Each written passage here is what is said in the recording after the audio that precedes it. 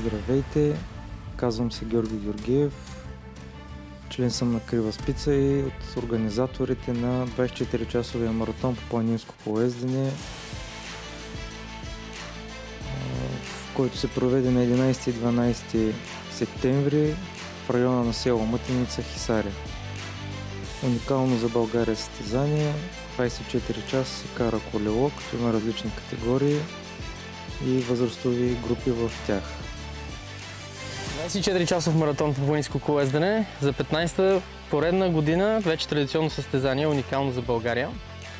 Велоклуб Крива спица, организираме го все така усърдно и със старание. Как започна всичко? Всичко започна преди 15 години, което какво прави? 2007? 2007, първо издание. Първо издание 2007 година, къде е нагребната база в Пловдив. Нагребната база, отзад по дигата, долу Ризаря и обратно. Първо издание на формата, така за проба. Как ни хрумна? Ами гледахме един филм. Гледахме един филм за 24-часови маратони по света, как се правят. И се вдъхновихме, решихме, че ще бъде много готино да направим и ние. Запретнахме ръкави и го направихме. И така вече го правим 15 години. Първото издание на гребната база, после се преместихме до село Марково над Пловдив в подножието на планината. Оттам ни дойде увереност и се качихме на хижа Здравец, вече в истинска планина. И от, може би повече от 10 години? Да. Повече от 10 години сме тук в околностите на село Мътеница, в Средна гора. Много хубава планина, полегата с изключително добри възможности за колоездене. Полегата в повече случаи. След малко ще разкажем и за трасето. Но какво е интересното за състезанието? 24 часов маратон, старта е в 1 часа в събота, финала е в 1 часа в неделя. Който направи най-много обиколки в този интервал от време, той печели. Ако двама са направили еднакъв брой обиколки, който ги е направил по-бързо, разбира се. Имаме най-различни категории. Мъже индивидуално, жени индивидуално. Имаме специална категория за деца под 18 години, които карат с придружител. Тя е една от най-оспорваната, защото те не могат да карат нон-стоп, но като видят къде са в класирането и се мотивират и тръгват да карат сутрин, вечер. Много са готини. Има и щафети, четворни щафети за по-мързеливите, двойни щафети за тези, които искат да карат по 12 часа. При тях обикновено е най-голямото джамборе, защото имат сили, почиват си и се състезават и гонят бясно до последния момент. Ето тук е една щафета. Ето една щафета профучава, да. Някои свободни електрони. Най-якото на това състезание е, че е много разнообразно. Тук може да видим хора, които по принцип виждаме с ендуро велосипеди на ендуро състезания, може да видим хора, които по принцип виждаме с крос-кънтри велосипеди на крос-кънтри състезания. Има и бегачи, и пловци, и всякакви хора, които обичат да спортуват след природата и са в планината. Идват тук, защото формата е такъв. 24 часа се бориш най-вече със себе си. Ще можеш ли да караш, ще се умориш ли, ще легнеш ли да спиш, ще ядеш ли, Ще станеш ли после? ще станеш ли. Да, така че това, което обединява хората тук е просто любовта към планината и велосипеда, не толкова бесния спортен хъс или нещо друго, така че атмосферата винаги е празнична. Предизвикателството към себе си най-вече. Най-вече към себе си. И така, какво? 10 години сме тук на това трасе. Що сме 10 години тук? Ами аз за първото трасе не мога да лично да кажа от личен опит, защото не бях. Обаче следващите трасета на Марково, а и това на Здравец, общо взето видяхме, че не са много подходящи за 24 часов маратон. Къде? Защото имат някакви участъци, които са ужасно стръмни. На Здравец беше много хубаво трасено, много високо, което предполага, че по това време на годината там може да стане много студено и много лошо, ако завали. И така един ден аз тук случайно, разкарвайки се из района, попаднах на това трасе и реших, че това ще бъде. Викнах всички останали, карахме го, всички казаха да, много яко, това е супер трасето. И е супер най-вече, защото разнообразно е, не е само нагоре, само надолу. И е интересно да го караш през цялото време. Това е голямото предизвикателство за такова трасе. На хората да им е интересно да карат 24 часа. Нали? И такива, които не са само заради спорта и само заради натискането, просто да е интересно. Ние го караме това трасе самите, ние го караме вече 10 години извън състезанието, идваме тук и си го караме. Знаем вече всяко камъче, всеки завой. И пак не ни омръзва. Да, не ни омръзваха. Просто супер яко трасето, много интересно и за по-сериозно каране, и за по-айляк каране. И хората са кефят. Това е най-важното. Успяхме тази година да направим някои нови участъци. Има идеи за още по-интересно да става. Въобще тук има много така, потенциал за развитие. Търсили сме на много места други трасета. Викаме малко да разнообразим, па да не е само тук. Това е в центъра на България това. Да, и това е голям плюс. Обиколил съм, аз тук съм обикалял къде ли не, по-подходящо не сме намерили. Това е супер якото трасе за 24 часов маратон. Гледаме трасетата по света, дали, където има такива маратони. И много скучни. Те и ни такива равни, 50 метра денивилация, само въртат едни обиколки. Да. А тук така има и бърче, има и обаче много хубаво освежаващо спускане. Все пак е по-ниско колездене, не може само по-равно. Много така, добре. Но ето тук един състезател да каже, ние като съди много не си даваме зор. Да, аз съм член на Крива спица, може би един от най-новите, но обичам и да го карам това състезание. И до тук съм на 15 обиколки сега, което е приличен резултат някакъв. Колко километра са? 162 км. 163 км, 4200 метра денивелация съм до тук. Мисля да завърта още една обиколка.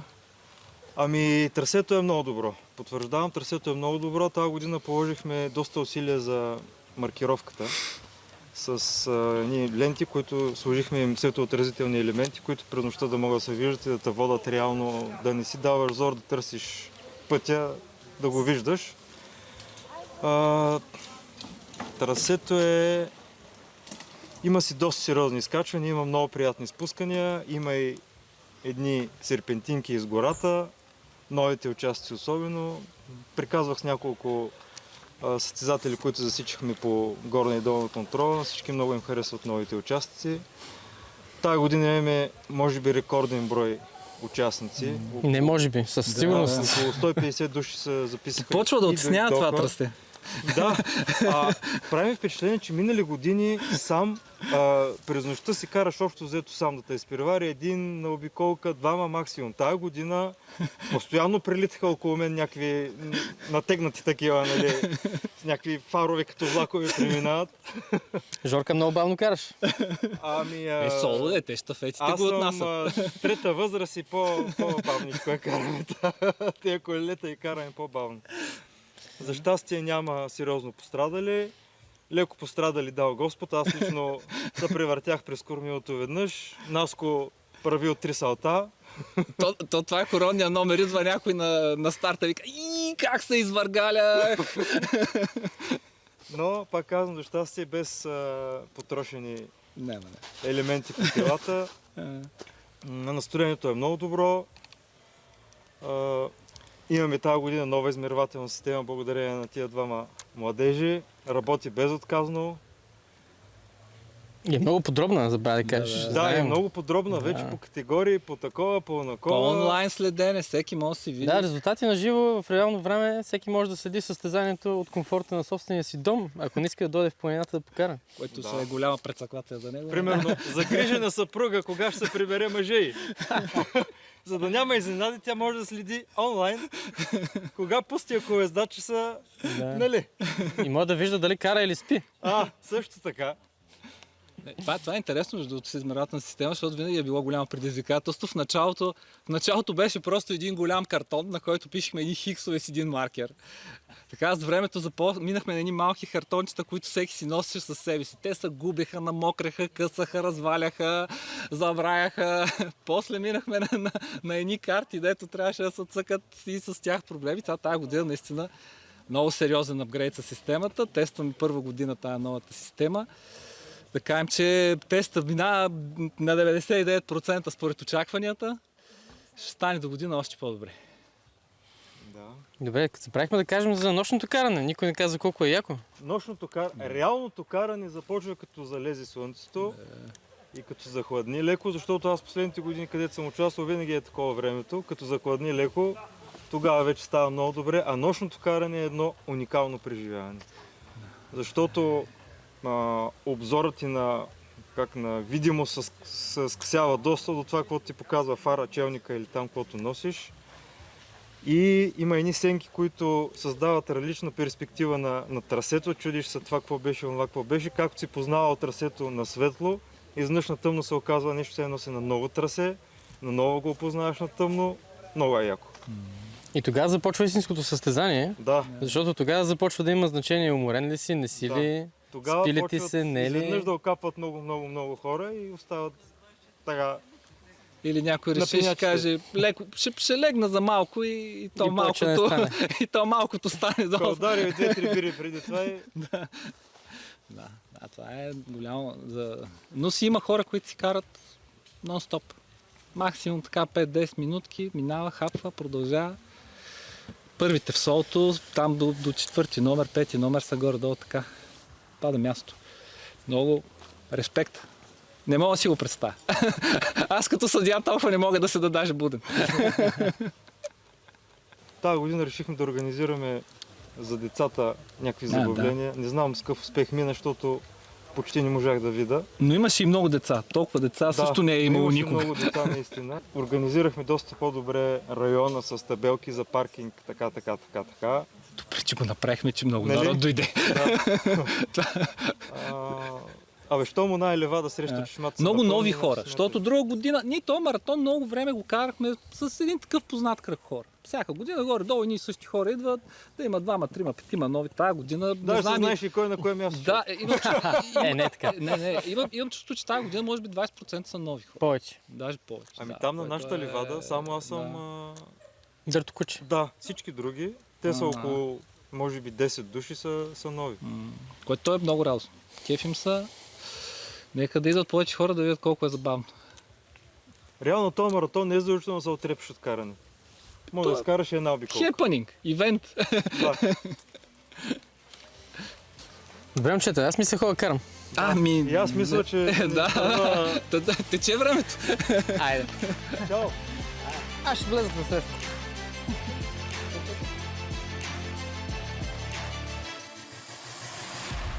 Това бяха Владо Коношлиев, най-отляво беше Владо Русев в средата и моя милост, Георги от края. Поразказахме доста неща за маратона. Както разбрахте, е с доста дългогодишна история. Провежда се на различни места, като от 10 години сме на това трасе. Има много плюсове това трасе. Първо, че дори и да завали няма кал, той е писъклива почвата. И така, виждате старта. Той се осъществява масов старт, в смисъл оставяме колелета на около 20 метра. Даваме старт, тичаме, всеки си взема колелото и стартира. Идеята на маратон е от 13 часа в събота до 13 часа в неделя, кой ще завърти най-много обиколки, като рекорда за сега на трасето е 28 обиколки. Тази година победител направи 27, но реално може би неговото постижение е малко по-стойностно от рекорда, защото тази година направихме много технични участъци по трасето и е леко удължено. Но да, 28 обиколки е рекорда. Това е старта. Тръгва с леко надолнище. Една нова участничка ми сподели, която не познава трасето, ми сподели, че сънува кошмар как тръгва от старта право надолу. Кошмар е се осъществи, наистина тръгва от старта надолу. Тук виждате кадри от камера, която е закрепена на колездач. Доста по-различна перспектива. Имахме, за щастие, много участници от соло под 18 години категория. Това е младеж под 18 години с придружител. Най-често е родител. А това е най-възрастният участник. 66 годишен. Той направи, мисля, 15 обиколки. 66 години, 15 обиколки. Това са около над 160 км към 165 км с около 4000 метра денивелация. Огромно уважение за този човек. кара много добре. Тая година времето беше слънчево, топло, даже и малко след старта стана доста горещо, но с подходящата хидратация няма проблем за карането. Трасето го маркирахме 3 души и тая година много се постарахме, за да може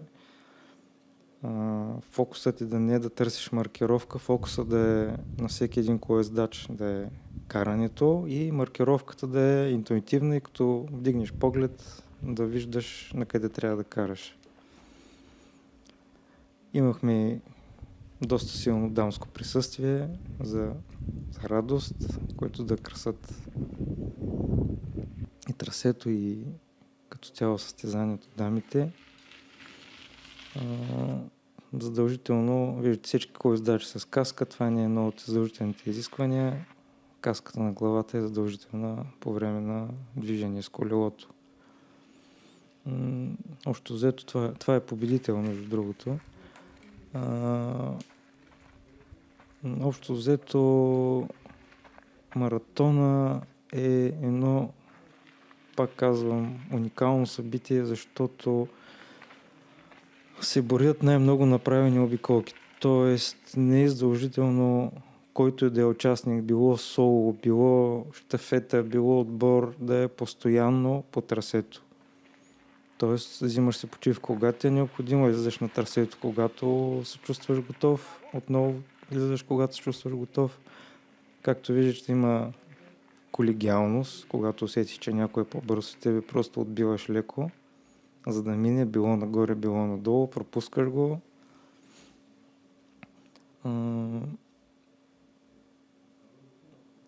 Има доста по трасето. Тази година беше около 10 км и 800 метра, мисля го измерих. Има си доста изкачвания, общо денивелати около 280 метра. Има и едно по-дълго, много приятно спускане с няколко каменни секции, които са доста игриви. Та изкачванията са си доста сериозни. 13-14% на места е наклона. На горна контрола. За щастие, след последното изкачване идва горната контрола, където нашия колега и приятел Котсто държи фронта, така да се каже, последните няколко години и осигурява храните и напитките, които всеки състезател мисля се възползва от тях и се подкрепя. Тук виждате едно от изкачванията. Това клатене не е случайно, просто наклона е доста сериозен и се иска доста натискане, особено след като се е изморил по-късен етап на състезанието, вече почваш да ползваш не само краката, ами цялото тяло да се изкачиш нагоре, натискаш както можеш. Ето го е изпускането.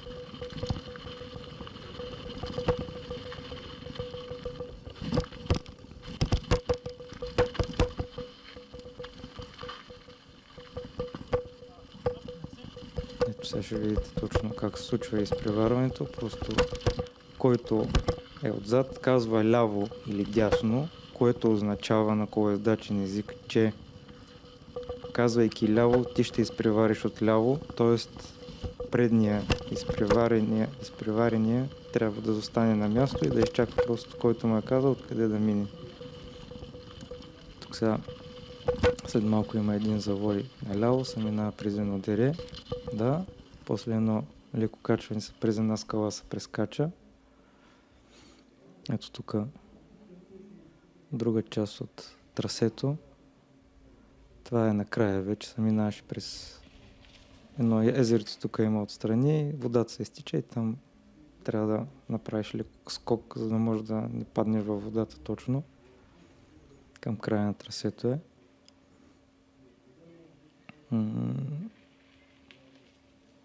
Както споменахме преди това, тази година имаме около 150 участника. Рекорд за трасето, рекорд за състезанието. Разпределени са в няколко категории: соло мъже, соло жени, щафета двойки, щафета четворки и соло под 18 години. Като соло мъже са разпределени на две възрастови категории до 39 и над 40 години. Соло жени са една възрастова група и другите нямат възрасти в щафетите двойки и четворки. Щафета двойка и четворка означава, щафета четворка това са 4 човека, щафета двойка са двама. Те си предават щафета, така да се каже. Те си определят колко обиколки да върти един човек, дали една, дали две, дали три, дали някой ще кара повече обиколки, друг ще с по-малко обиколки. Това няма значение. Важното е да се разберат помежду си. Не е задължително и, както казах преди, всички, т.е. някой от щафетата да бъде по трасето. Може да решат всички да почиват и просто спират и след известно време, когато решат, пак могат да тръгнат в без значение порядък. Кой е първи, кой е втори и така нататък.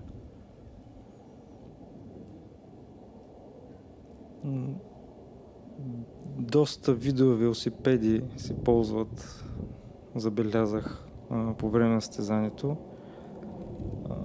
Има твърдаци, това са велосипеди само с предно окачване, има и full suspension, така наречените велосипеди, т.е. предно и задно окачване, има по-много ходове, както минава този участник, примерно, с по-голяма вилка, има и с по-къси ходове на вилките, около 100-110 мм. Кой каквото му е удобно, каквото има, идва и кара. Тук виждате един доста сериозно е напънал. Това е финалните метри, може би 1 км има до финала.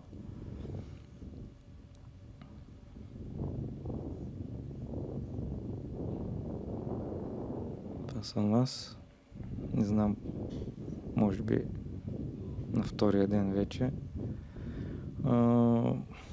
Много е интересно, когато са свежи сили, всичко е както трябва, но много е трудно, особено ако спираш, а те 90% спират. Ако спираш през нощта, как се става и се тръгва отново, защото те краката почват да болят, ако се напънал преди това. Цялото тяло ти е уморено, аз паднах, примерно, болеше малко коляното и всичко това нещо трябва да го преодолееш, да вземеш колелото, да му смажиш веригата, защото трасето беше много прашно и просто трябваше по-често да се смазват веригите. Да смажиш веригата, да се качиш. Съответно, след толкова километри задните части може би не изпитва чак такъв комфорт, като седнеш на седалката, да преодолееш всичките тия пречки, да завъртиш краката и примерно след първите 4-5 км да усетиш пак тая тръпка, че ти се кара колело, защото преди това не ти се е карал чак толкова много, като си събудил. Говоря за соло участниците и да продължиш да въртиш докато можеш, даже някой път не докато можеш, ами и малко след това, защото в един момент става всичко на воля. Тоест краката са ти отказали, ръцете те болят, да, освен краката и ръцете болят, защото да го стискате това кормило и по тия камънаци, може би сега след малко ще се види. Трябва много здраво да се стиска кормилото и ръцете и те умаляват и като си изминал 100, 120, 160, някои по 200 км изминаха, просто цялото тяло почва да боли и се иска доста воля, за да не се предадеш. Нека се насладим малко. Ето е тук едно от препятствията. Малко камъчета. Сега след малко ще има още. Това е старт-финала. Тук е последният напън преди него. Доста стръмничко, за щастие кратко. И на старт-финала Тази година имаше 2 секции. Тази е, на която излизаш от трасето, Ходум. Това е моят приятел Наско, той сте на трети в категория Сол, над 40 години. От тук излизаш от трасето, маркираш се, т.е. то става автоматично, просто който иска гледа класирането и след това там е подкрепителния пункт. От лявата страна виждате откъде се влиза в трасето. Т.е. между тези два пункта може да напуснете трасето, да отидете да се подкрепите. Деница Халачева, втора при жените. Да се подкрепите, да си почините и така нататък. Реално вие може да напуснете трасето откъдето искате, но ако имате желание да се засичате точно обиколките, тук е мястото. Да се случи това нещо. Старта отначало всички тръгват на Юруш. Е голяма какафония, но след около 2-3 обиколки нещата са саморегулират, така да се каже, и не е чак толкова натоварено по трасето. Това е първото водно препятствие, около, може би, 150 метра след старта. Тук едно от изкачванията на трасето, малко преди спускането.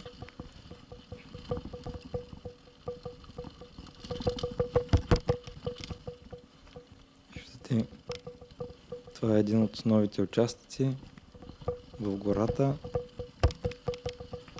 Направихме го да е хем караемо, хем интересно, да вложите малко техника, да усетите терена, така да се каже, да усетите велосипеда.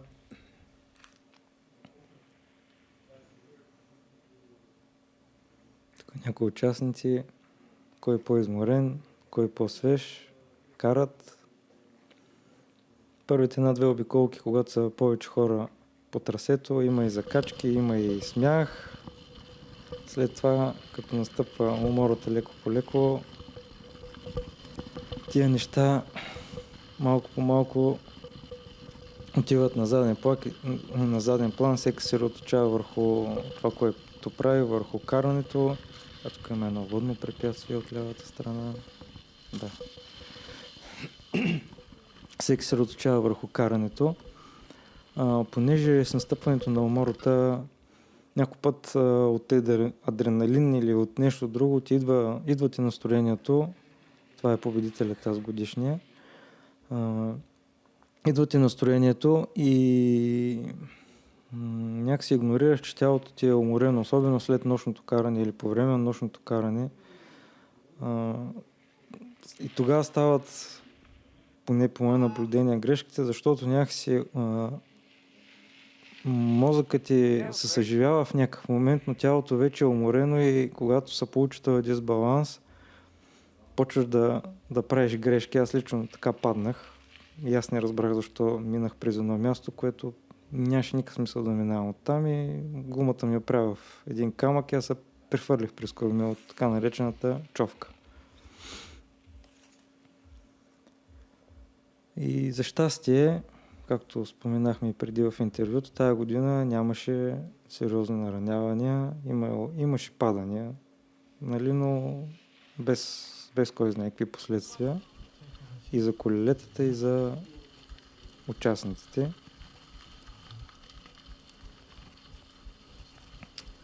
Като цяло Крива Спица е един от организатора на това събитие, един от най-старите клубове в България. Освен 24-часовия маратон, ние организираме и още 2 събития, като едното е пак състезание и пак уникално за България. Това е 101 серпентини, което се провежда над Лъки. В него участниците преодоляват, спускат една пътека изпълнена с серпентини, като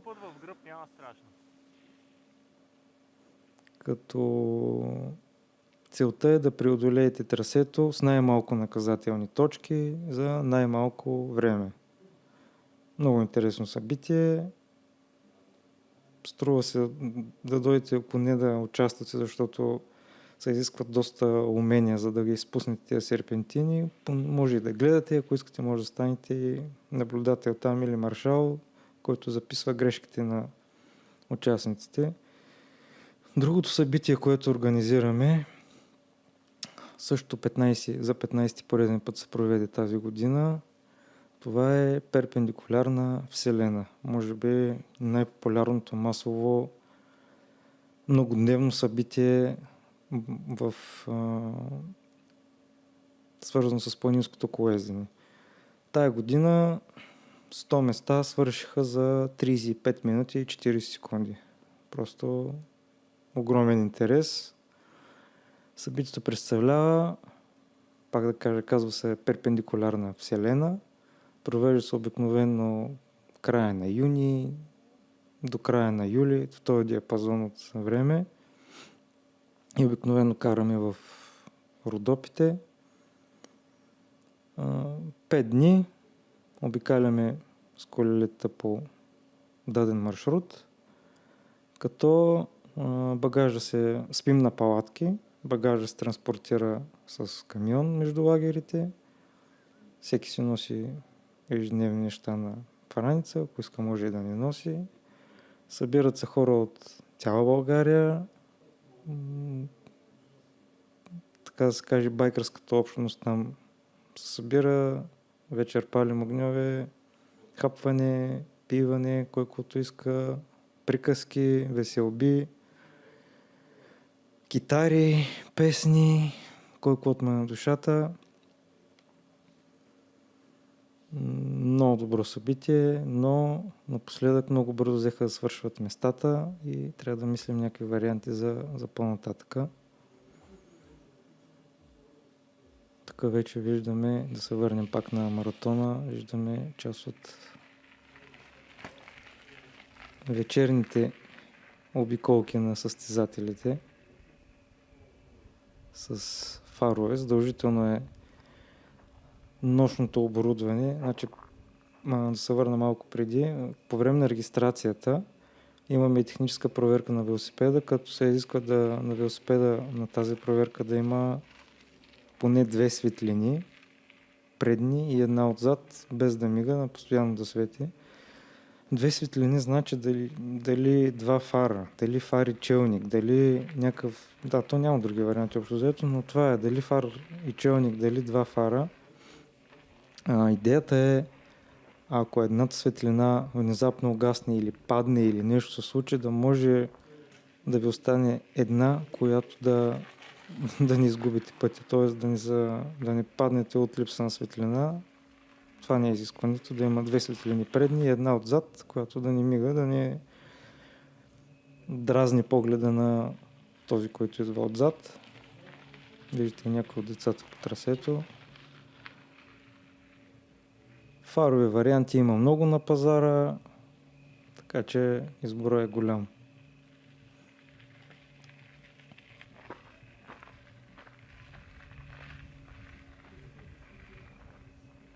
Идва момент, в който може би всеки почва да се задава въпрос, аз поправя тук, закуса на пън и така нататък, но както спомена Владо в интервюто преди това, борбата е преди всичко със себе си.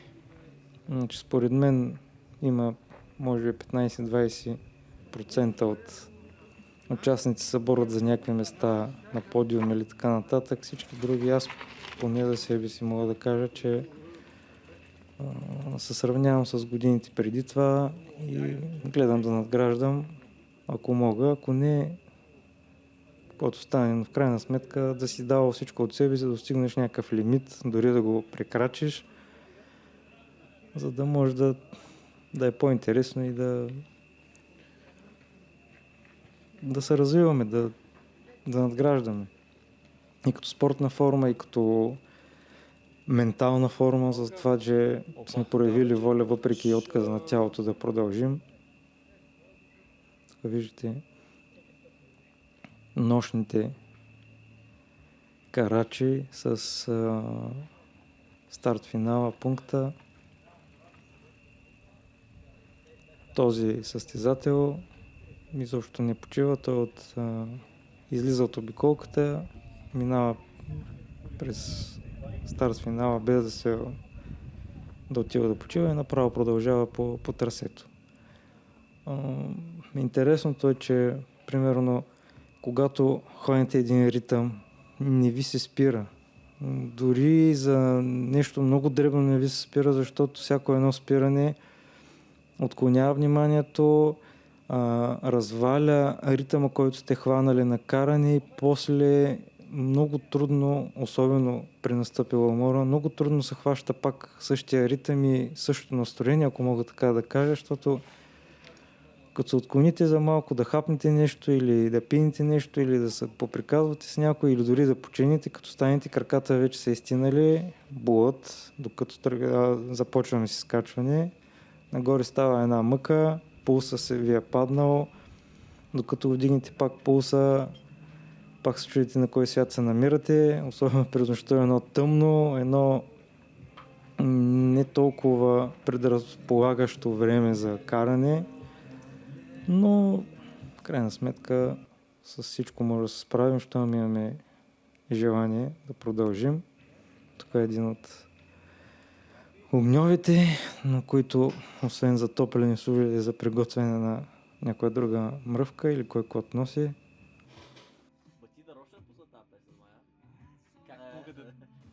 Леко уморена, но все пак усмихната дама изсмука един гел и продължава най-вероятно напред.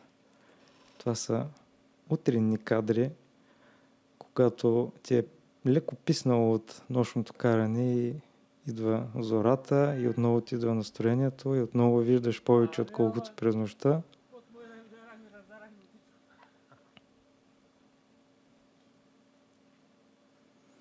Та да се върна на перпендикулярната вселена. Тая година беше в района на Смолян и Рудозем. Много приятни маршрути. Имахме на 3 от лагерите или на 4 реки с вирове. Можеше да се изкъпи човек там. Родопите, както винаги, наприеха. Прекрасни гледки. Минахме по границата. Съдилището, циганско градище, тези върхове ги обиколихме. Качихме се на една вишка там в района, може би останала от преди гранична вишка, която беше извисочена на колко 3-4 етажна сграда. Красоти от всякъде. Като освен, че обикаляме с велосипедите, специално за всички събития си почистваме и възстановяваме трасета. От тази годишната перпендикулярна вселена, пътеката от новото КПП, което все още не е отворило, до циганско градище и до съдилището беше на практика изчезнала. Хора от клуба я почистиха от дървета, от храсти, от папрати, от каквото сетите и я маркирахме, подновихме, т.е. туристическата маркировка, така че пътеката е вече напълно проходима и който иска можете да отиде дали с колело, дали пеша, да отиде до съдилището, до циганското градище и да види гледките, които се откриват там към Гърция. Това е реално се върви по границата между България и Гърция. Също посетихме гроба на Руфинка в някои от дните. Бяхме до Мугла, там карахме няколко пътеки от местните трасета. Беше приятно, около 120-130 души беше цялата група. Всичко беше в отлично настроение. Тук е един много малък колоездач, не е участник в маратона, но може би бъдещ такъв. Ето го пак финалното доста стръмно изкачване нагоре, които много хора, ако не си прецениш правилно предавката, просто спираш, защото не можеш да го издрапаш нагоре.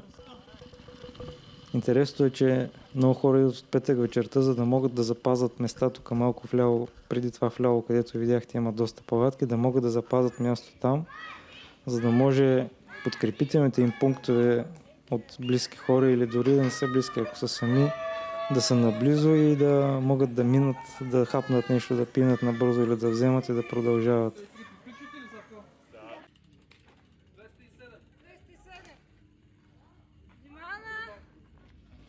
Още една красива дама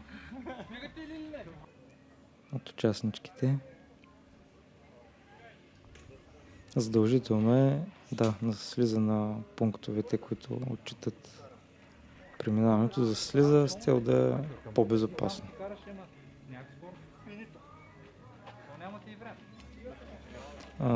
Най-ожесточените надпревари обикновено са между щафетите, защото те имат, карат по-малко, имат повече сили и имат сили да бързат. И там е зверско напъване. И прилитат с невероятна скорост покрай, примерно солото, които вече са доста изморени, прилитат някой път с уникална разлика в скоростта. Тая година имаше за първо неема между второ и трето място, по спомен беше около 3 минути разликата от второ до трето място за щафетите четворки. На подкрепителните пунктове, които организираме, тая година най-много се хареса гроздото и динята. Бяха уникални, също така има банани, има айрян, има тонизиращи напитки, чиста вода, ако някой иска, който има голям избор.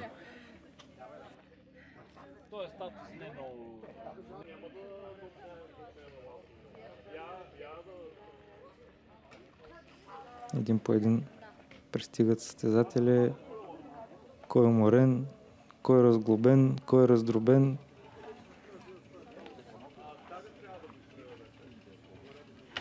Хубаво е, тук на този екран се вижда класирането, като класирането също може през нашия сайт да го виждате от който да е електронно устройство с достъп до интернет. Тоест палатката може да следите или от вкъщи, или както е удобно. Който не е карал колело, може би е интересно, че много често в тия бидончета, които виждате закрепени за колелетата или някои на гърба си носят такива системи за пиене на вода, много често вътре не е чиста вода, ами има някакви изотонични напитки, соли, минерали и така нататък, защото при много топло време и обилно изпотяване тялото освен вода губи и соли и ако не ги възстановим, с течение на времето водата чистата, която пием, измива солта и става така нареченото водно отравяне. Тоест ние пием вода, но не може да се хидратираме, защото водата не може да тялото не може да задържи водата. Виждате тук едно странно минаване на финала на трасето. Много от участниците карат с клипсове, т.е. специални педали, които и специални обувки, в които обувката се закопчава за педала, така че кръка да не мърда и при евентуално при евентуално при слизане или при нещо падане такова, може да се разкопчете много бързо. Виждате дамите отново. Добре, на първо място. Ето го и награждаването. Много сме изненадани. Враца Трейл с 38.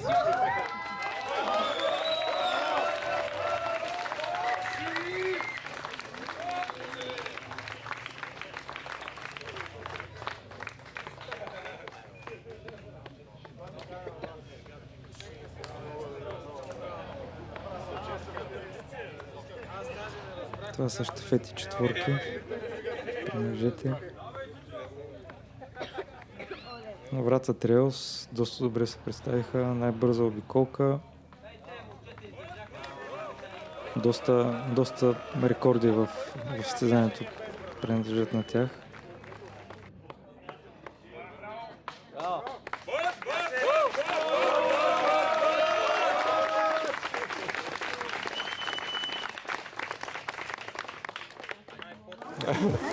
Ами, за нас цялото събитие беше много забавно. Идваме за поредна година тук.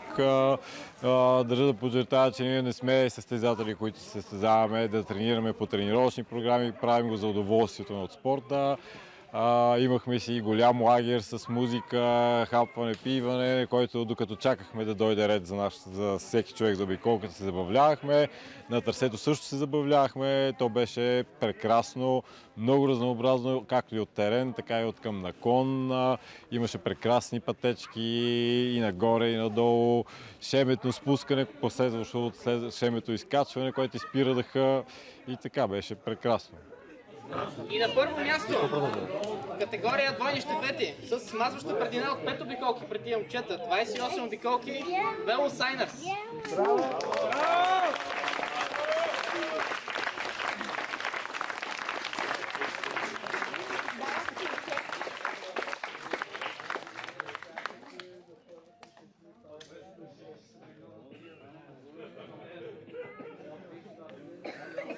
Виждате отзад на плаката и нашите спонсори.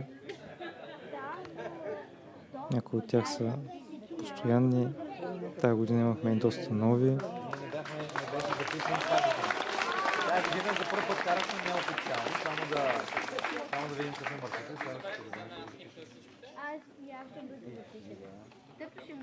Ние ще се запишем. Ние тримата ще бъдем един от вас. Аз съм... Снимката да не забравим. Добре, ще караме с тебе. На първо място с 21 обиколки Women on Wheels.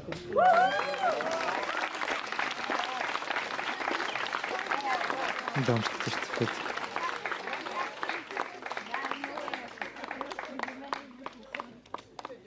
Виждате, че приятелството е преди състезанието. Всички се познаваме тук, всички се срещаме по други пътеки, трасета и събития. И спортната злоба спира като слезем от колелото. След това всички ставаме приятели. Отново. И че на трасето не сме били.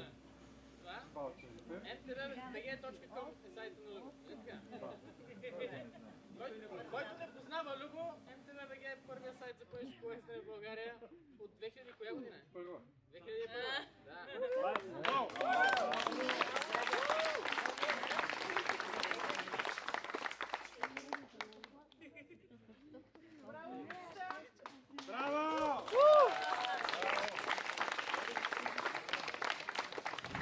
2001. За мен беше много интересно. За първи път участвах в състезанието.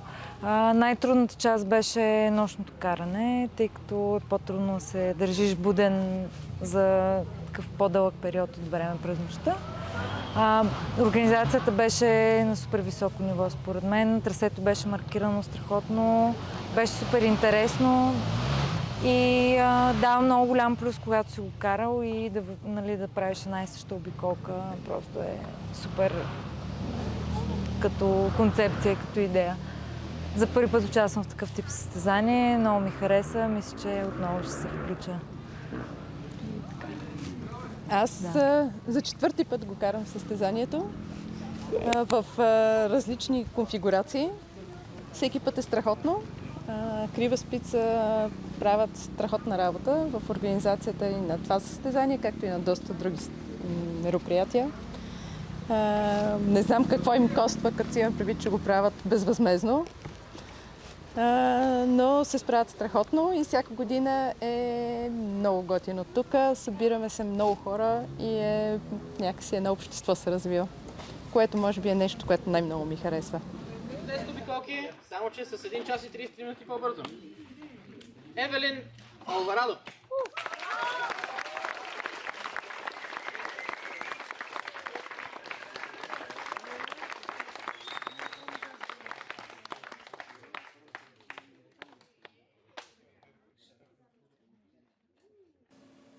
Това са соло жени, награждаването на соло жени. Първата и втората с едни и същи брой обиколки, първата е малко по-бързо ги направила, отколкото втората.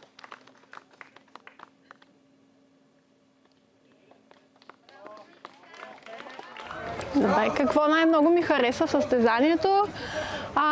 На първо място много добрата организация на Крива Спица.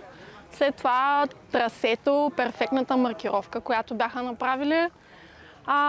Трасето наистина е уникално. Определено изкачването не ми е сред любимите неща, но спускането беше много такова игриво. Какво ми беше трудно? Аз за първи път идвам, така че очаквах със сигурност да ми е много трудно и предизвикателно. Изпълних си целта от 10 обиколки. И между другото и първа станах, така че за мен това е програма максимум изпълнена. Атмосферата също беше много хубава, всички участници, всички гости. Като цяло определено може би е едно от най-хубавите състезания, на което съм присъствала. И общо взето е това. И на първо място с Благодарим за 27 милите обиколки, направени за 22 часа и 25 минути, т.е. човека си е почивал после час и половина. Николай Колев. Да, 27 обиколки за 24 часа и накрая да почиваш, това се иска сериозна подготовка. Не случайно, не може случайно да стане.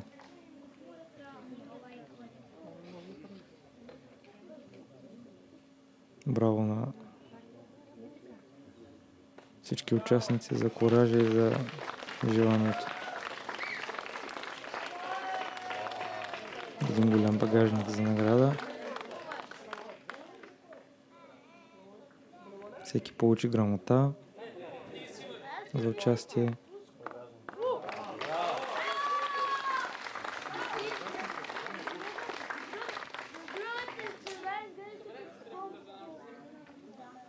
Снимката на всички деца раздадахме, участници в състезанието без значение от класирането, раздадахме медали, за да имат стимул да станат още по-добри и до година да дойдат пак. За втора година участвам в състезанието 24-часов маратон на Крива Спица. Състезанието е много добре организирано. Е едно изпитание не само на волята, на духа, на тялото. Не видим кой кога ще се пречупи, кой по-рано ще се пречупи, ще даде мястото си на другите. Състезанието е хубаво, тежко. Трасето е много тежко, много технично. Специфичното, че се кара и през нощта и като нямаш хубаво осветление, е доста трудно през тъмната част на денонощието. Иначе трасето 11 км близо е обиколката, който направи най-много обиколки за 24 часа, печели. Друго, какво мога да кажа състезанието, който иска да опита нещо екстремно, супер екстремно, нека заповяда следващата година, да се запише и да види кога ще се пречупи. И на първо място, пак с 25 обиколки, обаче с 51 минути по-бързо, Борис Първанов.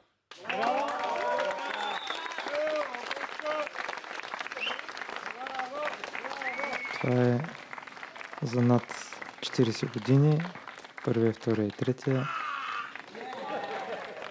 На трето място се класира член на Крива Спица, Атанас Попов. Той е мой много добър приятел, често караме заедно. Беше едно много добро състезание. Благодарим на всички участници за това, че дойдоха, че караха с нас, че бяха част от това невероятно събитие. Очакваме ви отново до година и се надявам близките години след така да го организираме това състезание. и да се виждаме там. Довиждане, до нови срещи.